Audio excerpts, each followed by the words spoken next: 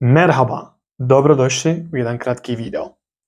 U današnjem videu ćemo analizirati, pričati o pozdravu, to jeste riječi merhaba. U zadnje vrijeme se na internetu, na društvenim mrežama šire pogrešne informacije vezano za pozdrav merhaba. Pa sam osjetio potrebu da jedan kratki video snimim po pitanju toga. Naime, mnogi influenceri, tiktokeri ili oni koji su na Instagramu, youtuberi, profesori, oni koji su naučili turski jezik, nativni speakeri, šire informacije po internetu da je pravilan izgovor za merhaba, tačnije meraba. Danas ću par riječi da kažem vezano za to. Naime, riječ merhaba je nama došla od Turaka, Turcizam je to. Riječ merhaba u arapskom ima mnogo lijepa značenja. Na primjer, dobro mi došao, osjećaj se ugodno i široko u mom prisustvu, osjećaj se lijepo i prijatno u mom društvu. To sve znači merhaba, a mi to prevodimo formalno samo zdravo. Nema nikakvo loše značenje.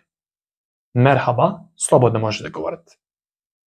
Drugo, riječ merhaba kada se izgovara, h slovo se mora izgovarati. Ne nasjedajte na priče da kažu da je dikcijski pravilno ili da ćete pričati kao nativni speaker, da ćete biti nešto više cool ako kažete merhaba. Naprotiv, vi tu otimate jedno slovo i pričate nepravilno. Naravno, pričate pravilno, ali ulični jezik. H slovo se mora izgovarati. Merhaba. Merhaba je netačno. Ponavljam, merhaba je netačno. Drugi pozdrav isto tako, gdje Turci stavljaju množinu na merhabalar, je isto tako nepravilno. Neki to tumače kao sa više poštovanja, puno je ljepše, naprotiv. Apsolutno je to nepravilno. Merhaba je sasvim dovoljno. Neki to tumače ovako, kao preko puta mene je više ljudi, pa ja to merhabalar kad kažem, govorim za množinu. Nažalost, netačno. Merhaba je za svakoga dovoljno. Ili, ako hoćete da kažete u množini, postoji solucija za to. Pravilna, gramatički, dikcijski. A to bi bilo herkese merhaba. Ili hepinize merhaba. I to je sasvim dovoljno. Merhabalar je netačno u turskom jeziku. Nemojte to koristiti. Niste cool, niste šminkan ako kažete merhabalar ili merabalar.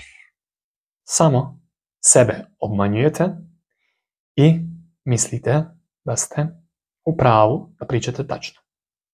A nije tako. Isto tako, važna stvar za napomenuti ovdje jeste sljedeća. Društvene mreže, Turci, ljudi na ulici, ulični jezik, youtuberi, influenceri, neko koji je samo naučio jezik i snima videe iz hobija, vam ne mogu biti pravi, tačni izvor za riječ, za gramatiku. Tako da, u pamet. Od danas svi govorimo merhaba. Mislim da je dovoljno. Görüşmek üzere. Svako dobro.